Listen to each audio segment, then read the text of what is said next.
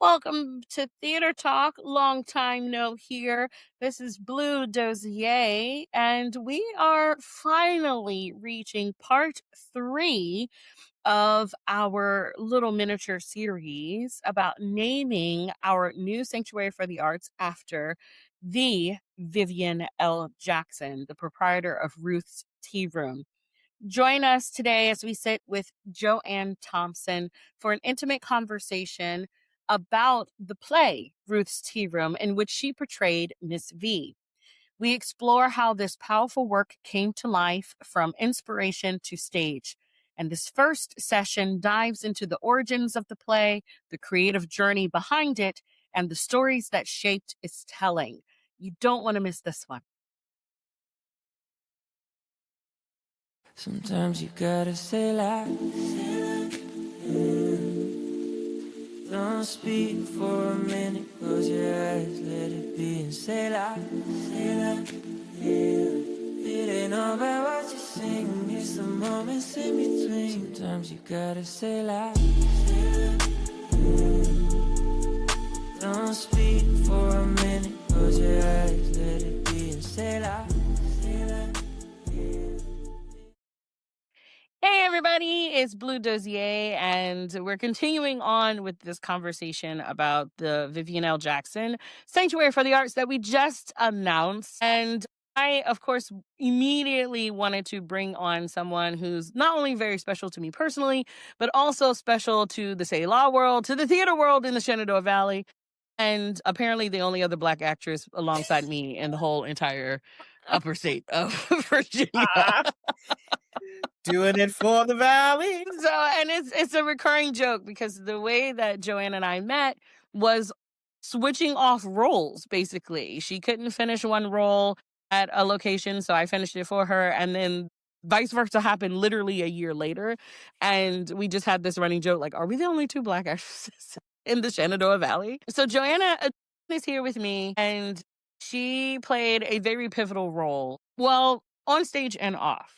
First, on stage, she played the role of Miss V, which was a dramatized version of Miss Vivienne Jackson in my original piece called Ruth's Tea Room. And the second part was offstage because the first time we performed this, I almost walked out the door 10 seconds before we went on stage. And it was Joe that said, "Get up here and come on."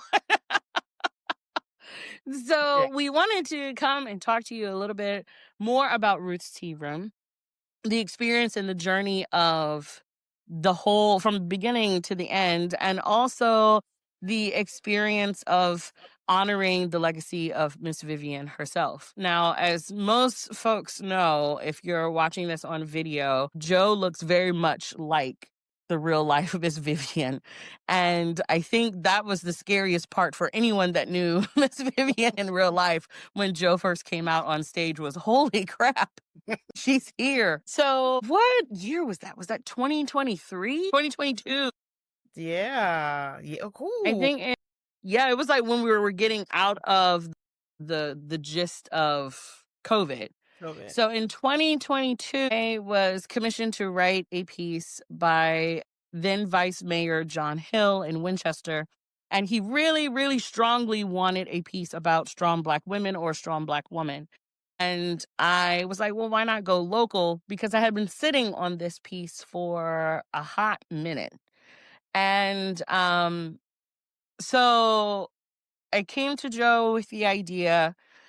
I finished the script after some very ghostly ooh moments, and Girl. presented to her because if it was approved by Joe, I was good.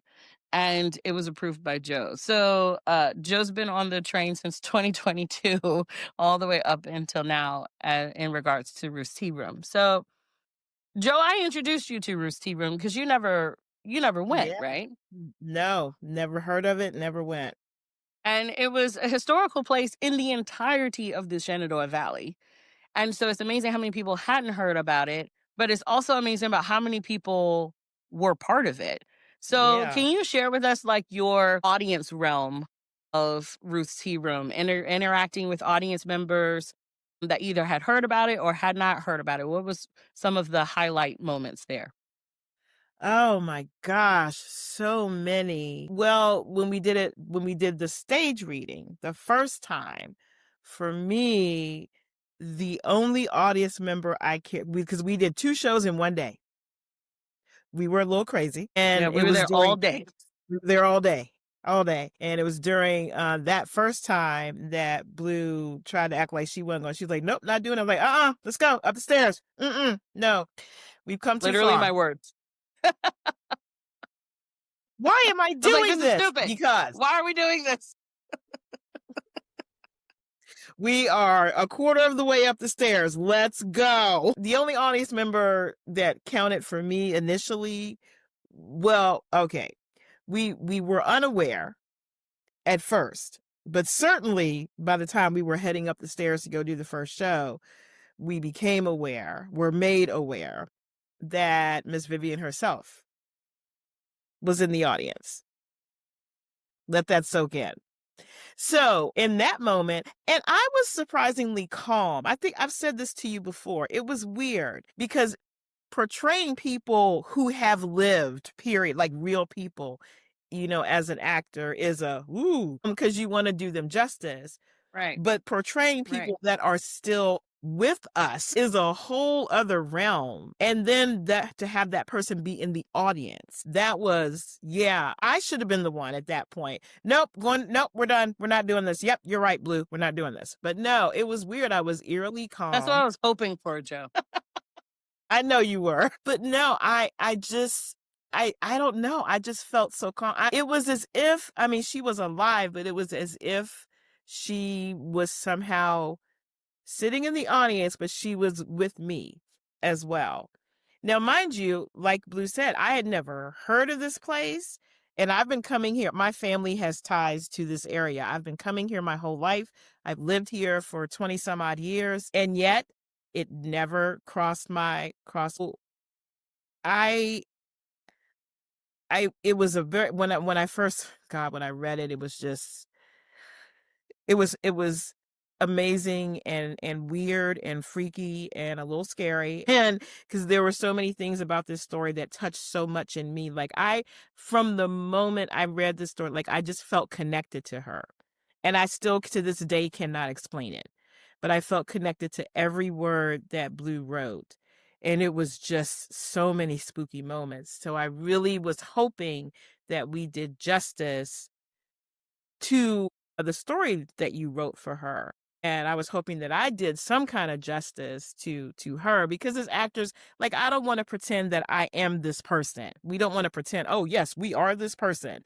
We want to try to, bring the essence of that person to the story that's being told. And so that's what I attempted to do.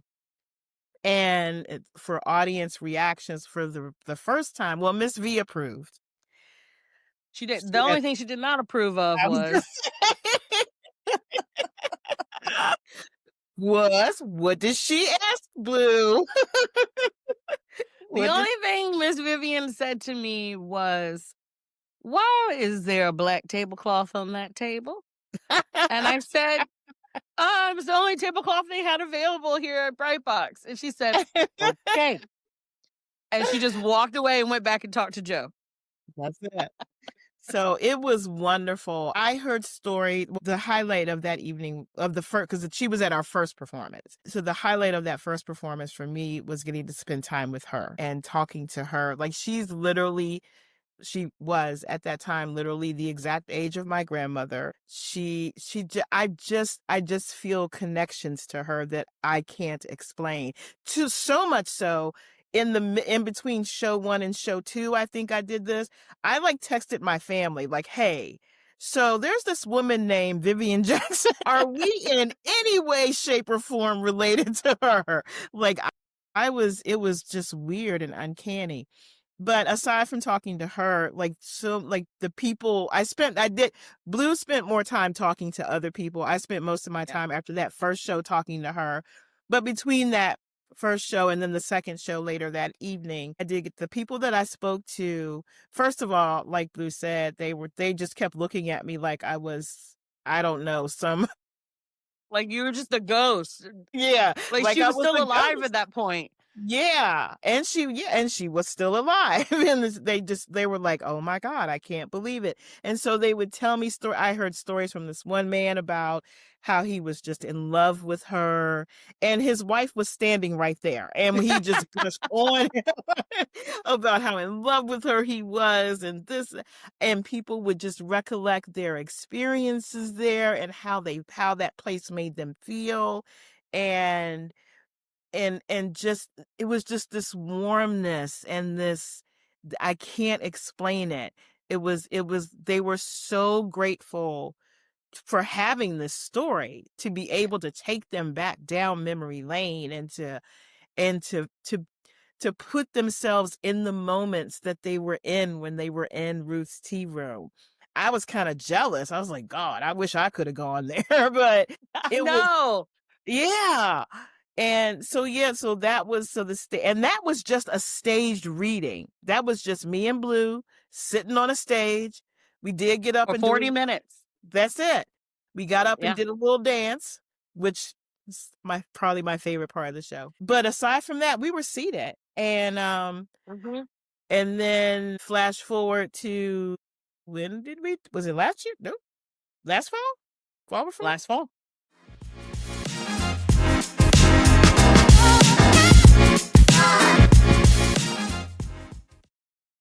Guilty. That's what 11 of them said, but one juror wasn't so sure. What happens when one voice stands between a verdict and the truth? When the room is hot, the pressure is on, and everyone just wants to go home. 12 angry jurors. Selah Theater Project's gripping courtroom drama that puts justice, bias, and human nature on trial. 12 strangers, one verdict, no easy answers.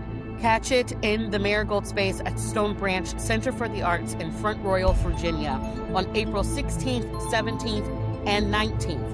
And on April 18th, experience a special dinner theater performance benefiting our Larry Lamar Yates Memorial Scholarship Fund at the Works Continue Scholarship Dinner at the Unitarian Universalist Church in Stephen City. Every seat supports theater that changes lives. Get your tickets now at selahtheaterproject.org/season. At Selah Theater, I love taking acting classes in the fall, winter, spring, and loads of camp choices in the summer. All classes, camps, and workshops are open to youth willing to learn the craft of theater, music theater, art, and production. To learn more about these awesome opportunities, check out Selah Theater's website at selahtheaterproject.org. Just click on the Classes Camp tab. Hope to see you there.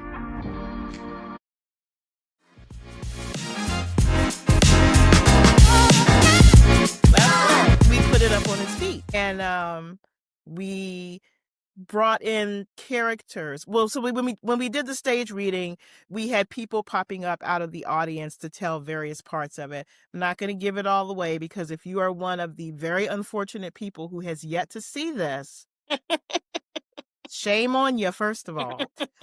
But I don't want to ruin some stuff. So, but I will say there were parts that, because hopefully we might do it again one day, who knows, but there were stories that were being told throughout the piece. And so people would pop up in the audience during the stage reading. And then when we put it up on its feet, Blue developed like a whole, it was a play. It was a whole play. So people were on stage with us, and there was movement, and it was great. And oh my God, the there was The married couple, the engaged yes, couple. that got engaged. Yes. Yeah, so I still have pictures in my phone of them. there was a story that I found on a blog. So there's like a Ruth's Tea Room blog that lady had actually started, and she had wrote about her engagement at Ruth's Tea Room. And so I interluded this couple who gets engaged at Ruth's Tea Room, and lo and behold, that couple drove in They live out of state now, and they literally drove in just to see Ruth's Tea Room without knowing that their story was a part of it. So afterwards, we got to meet them, and that was probably one of the coolest encounters too. Yeah. Was meeting certain people who I had heard bits and pieces of their story, or I had collected their story in some shape or form, and dramatized it, and they were tickled pink Yeah. that they were like, "Wait, is that us? Is that our story? Is that us?" And then I think during the talk back, I talked about the blog that I had gotten that from. And they were like, she was like, "That's my blog. That's my blog. That's my story." And I was like, "That's so cool." So yeah, that was really cool.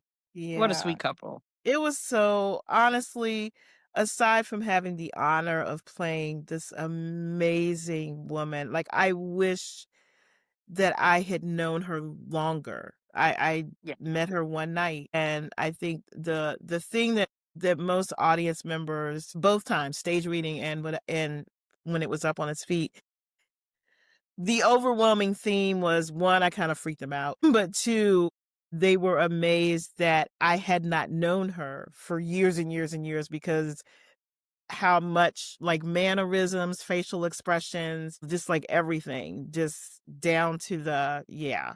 So I was like, that wasn't nothing but God. Sorry for those who don't believe, but I'm just saying, prayer answered. No, that that was for Blue. But It's one of no, my least favorite lines. I know. And she wrote it, And I wrote it and I use it. all the time. And I'm like, "Stop it." But yeah, it was such an honor to play someone who touched so many lives, because when we leave this earth, we don't know how many lives we've touched. We Mhm. don't know. We touch people's lives, and because of us, they touch other people's lives. We don't know the ripple effects of Right. our existence on this earth. And to be able to tell the story, be a part of telling the story of a woman who touched so many lives. And the people that came to see the show, that was just scratching the surface of the people whose lives she touched.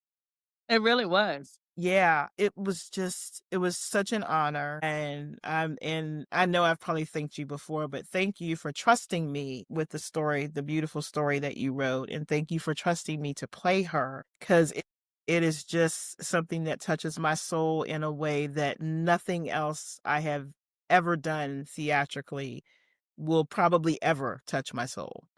So thank you for that.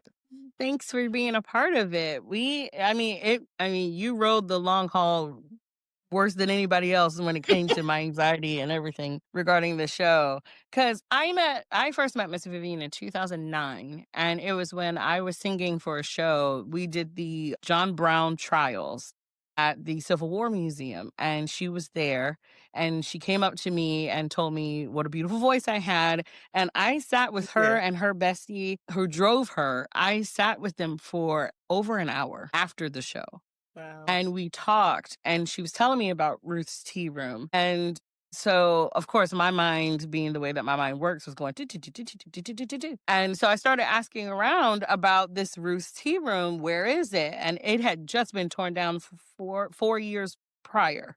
Mm. And so I was like, darn. But then everybody, like literally everybody I talked to had a story about Ruth Searum. I would say, "Have you ever heard of Ruth Searum?" "Oh, yeah. Oh my God." And so I just started becoming this collector of stories from 2009 up until 2022. And I only met Miss V that one time. When I went to church over at the MCC, they were helping her host a yard sale, basically, of all of old Ruth's Tea Room's teapots and all of that Oh. stuff. And I was like, "Oh, this is so cool." But it like brushed past my mind, and I didn't think about it and moved on. And I didn't know until 2022 that they did that to help assist her retirement. Um and and now I'm like shooting myself in the foot, because I was like, "Man, I could have had a whole tea then." Because they had it laid out. I mean, Yeah. every piece of every dish, every teapot.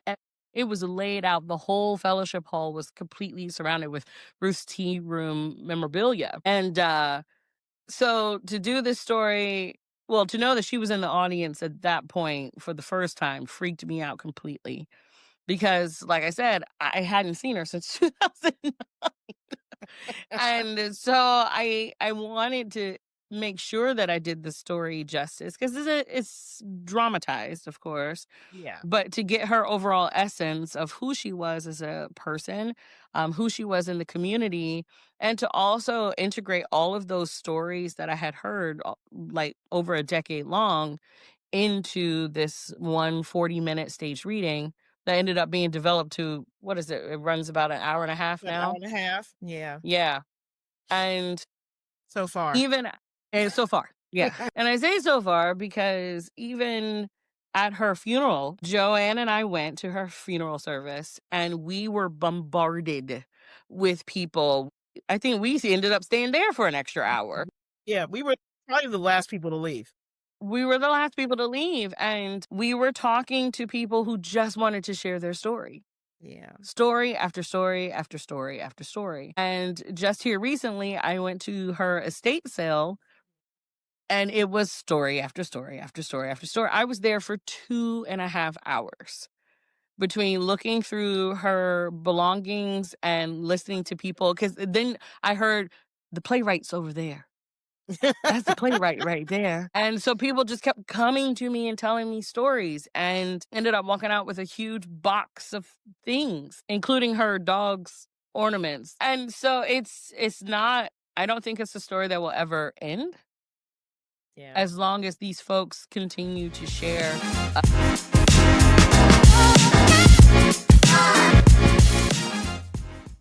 No kid gets turned away, not on our watch. On April 18th, Selah Theater Project and Coming to the Table invite you to an evening that's about so much more than dinner. The Work Continues Scholarship Dinner, hosted by the Unitarian Universalist Church of the Shenandoah Valley, brings together great food, live performance by the cast of 12 Angry Jurors, and a community united around one promise: that no child will ever be turned away from the arts because of their inability to pay. Every dollar raised goes to the Larry Lamar Yates Memorial Scholarship Fund. Larry believed in the transformative power of this work, and we carry that belief forward every single day. Last year, we were able to sponsor 60% of our students to attend summer camps. 60%, because of people like you. This year, we need your help to continue the legacy. Join us on Saturday, April 18th at 6 p.m. for an unforgettable evening of community, performance, and purpose. Reserve your seat for a wonderful meal catered by Chef Do'zia of Atlanta, Georgia. Because the work continues only when we continue it together. Tickets available at selahtheaterproject.org.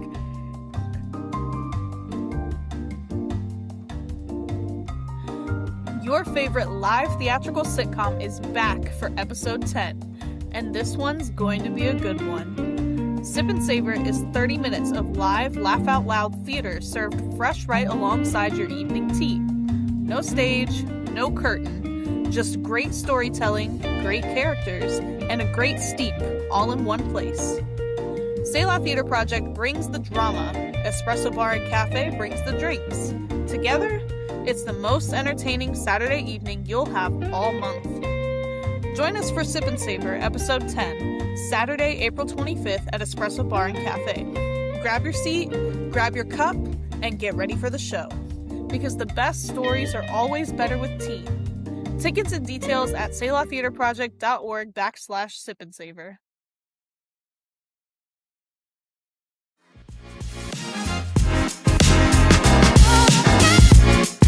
About Vivienne and about Ruth's Tea Room, what that space meant to them. And I think it's kind of quirky, all the alignments that we've had between Miss Vivienne and Selah along the way. So when you're saying spooky, it's been spooky from the jump. So spooky. But not spooky like not in a spooky like goose chills, Yeah. goosebumps and chills and like, what? Like, how does this make sense? So the first spooky thing that happened was me talking myself out of writing the play. And because I couldn't figure out where to start, because I had all of these stories. So it's like, how do you gel them together? And I didn't want it to be like this cliche vignette, like, we're in a saloon and here comes a story. Like, I didn't want that. And so I was struggling with that for a bit. And I went and took a shower. And Joe knows the story. I went and took a shower and I could hear the ending in my head. So I jumped out of the shower, grabbed my phone, and started recording what I was saying to myself in the shower. So went in the shower, recorded myself, came out the shower, played it back, and I could hear two different voices on the recording. And it was just me talking. And I was like, mm-hmm. I mean, I'm an actress as well, but I don't think I'm that good. I don't think I'm that good to fully Actress transform my slash voice. ventriloquist. Yeah, to the point where it's unrecognizable. So I was like, mm-mm. So I played it long enough to transcribe it and then deleted the voice memo because it freaked me Because out. when I heard the story, of course, I wanted to hear the reference. She's like, no, I deleted that immediately. I deleted that immediately because it freaked me out. I'm not one too easily freaked out when it comes to like spiritual or, whatever kind of stuff. I'm usually not easily freaked out. I'm like, ooh, but that one freaked me out. And I was like, delete immediately. Not only delete it, but I made sure it was not even in my trash box. So it's deleted forever. Totally get rid of. Totally gone. Totally gone. So I ended up writing the play backwards. I knew where we needed to get to. I had to figure out how we were going to get there. So that was the first time I ever wrote a play backwards.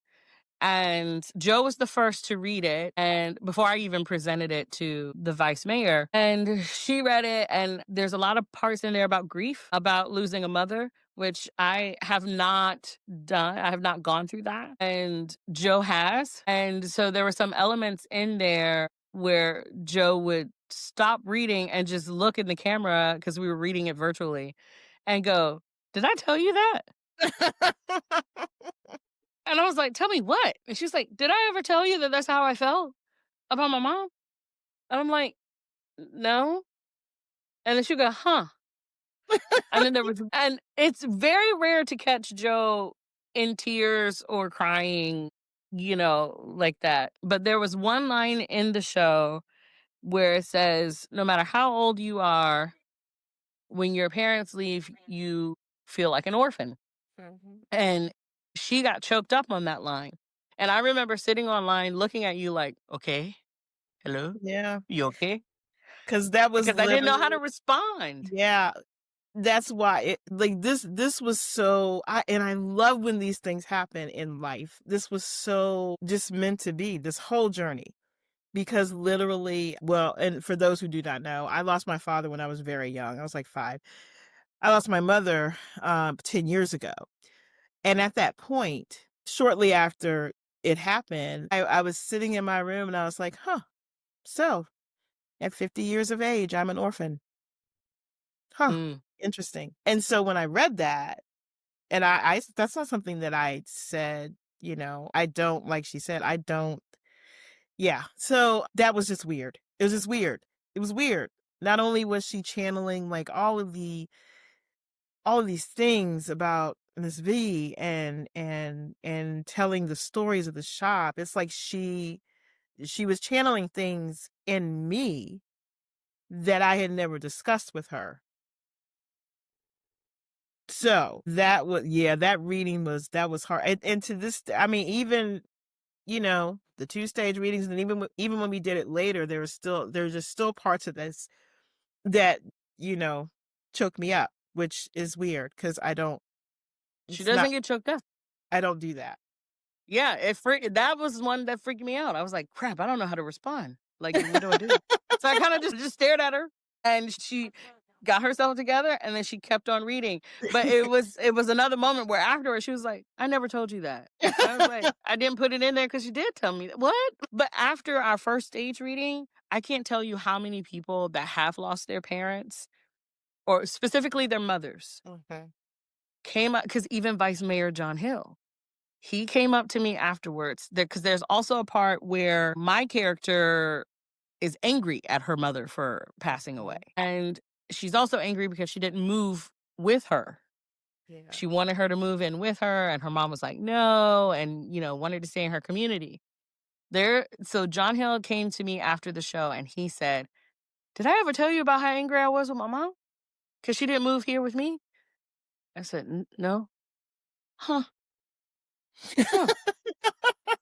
And I was like, okay. And it was like one person after the other. Any person that had gone through that grief of losing their mother. One lady came up to me and she said, "Have you lost your mother?" And I said, "No." She said, "Well, how'd you know how to write something like that?" I said, "I don't know. Lady, don't ask me any questions about this play. I don't know.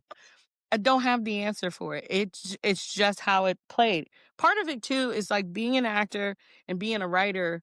It's not so hard not to be in tuned observant wise, to observe and to understand the human psyche and human emotion and how. So all of that was me guessing. If I had to guess of what it felt like to lose my mother, what would I feel? What emotions or stages of grief would I go through? And that's basically how I wrote it, because of that connection as actors, to be an open vessel and vulnerable to the human psyche and how we operate as humans and emote. I mean, that's how you connect with audiences, right? Through Yeah. emotion. And so there was a lot of moments like that where people would come up to me and go, "How did you know that?" Or even worse, like they personalize it. "How did you know that's how I felt?" Yeah. And I'm like, "Lady, I don't know you." I don't even know your name. I'm like, and it's like, and all I could be was an ear at that point, which is really bad for a writer, because anything we hear is being absorbed. It's like, you know, and so no, that was spooky within itself with the first stage reading. The full on play, it moved even weirder Whole other because look. a whole nother realm. And we were like, no, it can't get any weirder from here. Hold my beer. I know. That was Miss V. She was like, "Hold my beer." Hold my beer. So we had already decided to do Ruth's Tea Room in the fall before she passed. And then she passed, and I was like, we have to do it Yeah. again. Then she passed. We go to her funeral. I'm fueled with more stories. I end up rewriting it, which is Joe's joke about me writing things, is She's that like, it's this never is the done. last draft, I promise. Okay. The last draft is whatever we read before we go on, whatever happens before we go on stage. That's the last draft. Yeah. Even when we were performing it, I was still editing. I was like, Yeah. mm. But so that was that part. And then we had even more weird, the couple that got engaged at Ruth's Tea Room, they came. The group of girls, there were 3 girls, 3 women. I call them girls because they converted to like teenage girls again. Yeah. They're definitely in their 50s and or so. And they came, they all drove in together and had like this mini reunion. One of their friends couldn't make it, and lo and behold, on the table that they were sitting at was their friend that wasn't theirs picture. Because we had found a collection of pictures of folks from Ruth's Tea Room, and they were like, "She's here. She is here. She's right here." But the other running gag is that Joe actually wore Miss V's actual bangles. And they talked about how they straightened up immediately when they heard those bangles dangling before Joe even came on stage. And they were like, "She's here. She's here." And so that's why I keep calling them the girls, because they were giggling and were in fellowship with each other like teenage girls all over again, which was Yeah. so cool to see. Yeah. So we made sure there were no black tablecloths Yes. at that show. None. No. No. Never. Nope, never again. Nope. Never She again. wasn't coming for me that day. Between her bangles, and then we set up the audience as if they were in a cafe. Yeah. And we had round tables, and we had the burgundy cloths. We had wallpaper that kind of was like the wallpaper that was at Ruth's Tea Room. And that was probably one of the highest compliments we got from audience members, was that they felt like they were at Ruth's Tea Room again. Yeah. We made sure that there were Hershey kisses on every table, because apparently that's what she did when she set tables. There were ashtrays on some of the tables as well, some of the actual ashtrays from Ruth's Tea Room. Yeah. It was all really uh divine. Divine is a good word. Amen. And at the end, I had changed the ending because she had passed. And so I had written the ending with her passing, which I think caught everyone off guard, because it was the first time as a community we were accepting the fact that she was gone, like no longer here with us. And yeah, it was, and beyond that, the church. The church. The church. Church.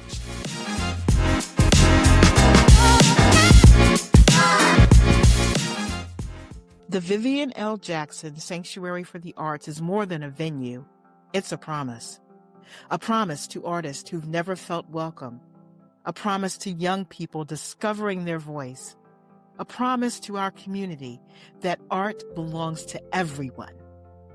As the new home of Selah Theater Project, this sanctuary will host performances, classes, community gatherings, and stories that challenge, heal, and connect us. But we can't do this without you. Your donation through GiveButter directly supports renovations, programming, and sustainability, ensuring this space remains accessible, inclusive, and alive for generations to come. Help us build a home where stories find sanctuary. Give today at givebutter.com/sanctuary for the arts. This is only the beginning. In part 3B, we shift from story to legacy, honoring the life and impact of Vivienne L. Jackson, the woman who inspired it all, and the meaning behind naming the sanctuary in honor of her. The conversations continues. Stay tuned.